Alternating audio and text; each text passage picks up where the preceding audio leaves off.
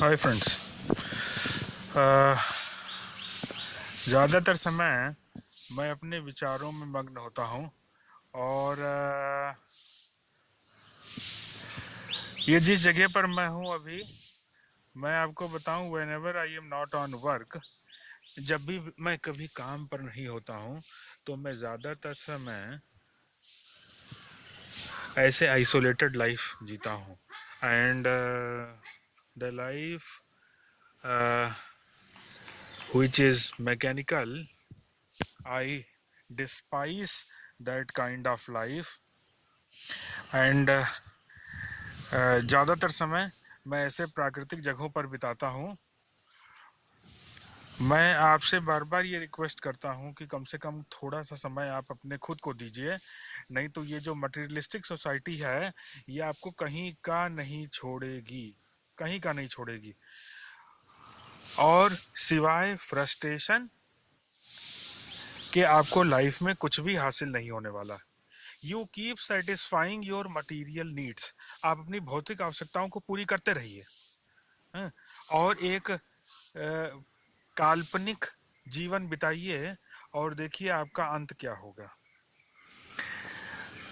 मैं भी एक तरह से एक ऑर्डिनरी लाइफ बहुत साल तक जिया, बहुत साल तक जिया, और सिवाय फ्रस्ट्रेशन के मुझे कुछ नहीं मिला। 2013 के बाद मेरी लाइफ में ट्रांसफॉर्मेशन हुआ, और 2013 के बाद मैंने क्या कहा 2013 क्यों? क्योंकि 2013 में मैंने पहला विपස්සना किया और मैंने 10-10 दिन के विपස්සना हिमाचल प्रदेश में धर्मशाला से किया। फिर उसका सीनियर कोर्स सतिपट्ठान और महासतिपट्ठान किया। फिर हठ योग, क्रिया योग, कुंडलिनी योग, तंत्र, और पुणे में ओशो का 45 दिन का डायनामिक मेडिटेशन किया। इतना सब कुछ करने के बाद आज भी मेरे साथ ऐसे कई बार सिचुएशन आते हैं कि मुझे लगता है कि मैं किस प्रकार की जिंदगी जी रहा हूँ। Several times I am in a state of thoughtlessness और मुझे कुछ समझ में ही नहीं आता। सोचिए, मैंने खुद पर इतना काम किया, उसके बाद आज मेरी ये स्थिति है कि मुझे अब भी फ्रस्ट्रेशन महसूस होता है। तो वो लोग जो एक मटीरियल लाइफ लीड कर रहे हैं, जिनके जिंदगी का कोई मकसद नहीं है सिवाय अपनी भौतिक आवश्यकताओं की पूर्ति करना, they are only satisfying and gratifying their materialistic needs and nothing else, तो उनका क्या होगा? मैं आपको बताऊं, मेरी लाइफ में जो भी ट्रांसफॉर्मेशन हुआ पिछले 5 सालों में, वो सारा ट्रांसफॉर्मेशन कैसे हुआ? जब मैंने खुद पर केंद्रित होना शुरू किया। And all the credit goes to the monk of this place where I am standing right now on the top of this roof. This place, this wonderful place is called पुब्बाराम। इस जगह का नाम है पुब्बाराम। और जैसा कि मैंने आपको पहले बताया था कि this place was donated by एक बहुत ही उदार और दानी महिला थी, माता विशाखा। माता विशाखा ने ये पीस ऑफ लैंड, जो मैं आपको पहले भी दिखा चुका हूँ अपने वीडियोस में, ये पूरा जो आप देखेंगे, this whole piece of land which you will see right now, this it was donated by माता विशाखा to बुद्ध। और ध्यान दीजिएगा, I never treated Buddha as a person. उन्होंने क्यों कहा कि बुद्धम शरणम गच्छामि? क्यों कहा? उन्होंने कहा कि बुद्धि की शरण में आओ, अपने इंटेलेक्ट की शरण में आओ और इसका अनुसंधान करो, एनालिसिस करो कि छह इंद्रियां और इंद्रियों के अपने अपने विषय किस तरीके से इंसान को मैं और मेरा की आसक्ति में फंसाते हैं, और वो यही नहीं जान पाता कि मैं क्यों पैदा हुआ और मेरी लाइफ का मकसद क्या है, और एक गुमनाम जिंदगी जीता है, दुनिया में आता है और फिर दुनिया से चला जाता है वर्थलेसली। क्या आप चाहते हैं इस तरीके से जिंदगी जीना? अगर नहीं तो इस फ्रस्ट्रेटेड लाइफ से अपने को बाहर निकालिए। एक बात ध्यान दीजिएगा, 121 प्रकार के चित्त और 52 प्रकार की चित्रवृत्तियां इंसान को ऐसा लपेटती हैं मैं मेरा के प्रति कि वो उसी ट्रैप में फंस जाता है, और ज्यादातर लोगों को बेहोशी वाली जिंदगी जीने में बड़ा मजा आता है। तो everything is up to you.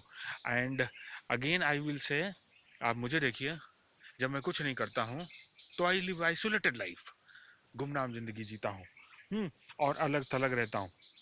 मैंने गुवाहाटी से मेघालय जाते समय रास्ते में जब शिलोंग की तरफ बढ़ते हैं तो एक जगह पर मैंने पहाड़ की एक ढाल पर अपने लिए एक हट बनाया, और जब भी कभी मैं खाली होता हूँ तो ऐसे ही जगहों पर जाता हूँ, ऐसे ही जगहों पर रहता हूँ, और एक, मुझे ये कहते बुरा नहीं लगेगा कि एक सेल्फ सेंटर्ड लाइफ जीता हूँ, क्योंकि जब जब मैं एक्सटर्नल फैक्टर्स को अपने ऊपर डोमिनेट होने दिया तब तब मैं हमेशा तकलीफ में रहा। और आज इस वक्त जो मेरी मेंटल कंडीशन है, जितनी शांति मेरे मन में है, all the credit goes to this great person, जिस जिस व्यक्ति के कारण मैंने पहली बार विपස්සना किया। इसके पहले मैंने विपස්සना पर लेक्चर बहुत सारे दिए, लेकिन मैंने विपස්සना कभी नहीं किया, लेकिन इनके रिक्वेस्ट पर मैंने किया। और जब मैं पहली बार विपස්සना करने के लिए गया तो मुझसे विपස්සना आचार्य ने पूछा कि प्रोफेसर साहब आप विपස්සना करना चाहते हैं? मैंने कहा जी। तो उन्होंने कहा पक्का करेंगे? मैंने कहा हाँ करेंगे। तो कहे भागेंगे तो नहीं? तो मैंने कहा नहीं भागूंगा, क्यों भागूंगा। और मैं आपको बताऊं कि शुरू के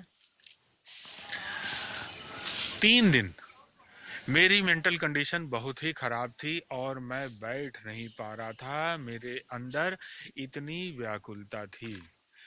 आपने कभी भी ये नोटिस किया कि मैंने कभी भी किसी एक धर्म को लेकर करके बोला हो मुझे इससे कोई मतलब नहीं?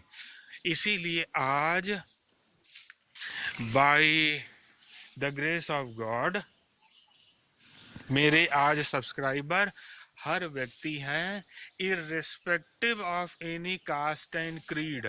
मुझे इससे कोई मतलब नहीं कि कौन व्यक्ति किस कास्ट का है, किस देश का है, पुरुष है कि स्त्री है, it doesn't make any difference.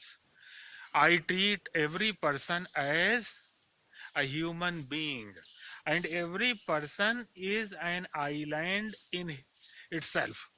हर व्यक्ति अपने में एक टापू है, और every person is going through evolutionary stage।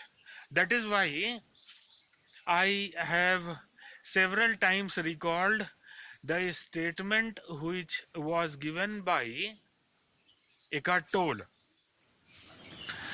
He said, Eckhart Tolle ने कहा था, every person is trapped in a defective mind made sense of self। Mind made sense of self.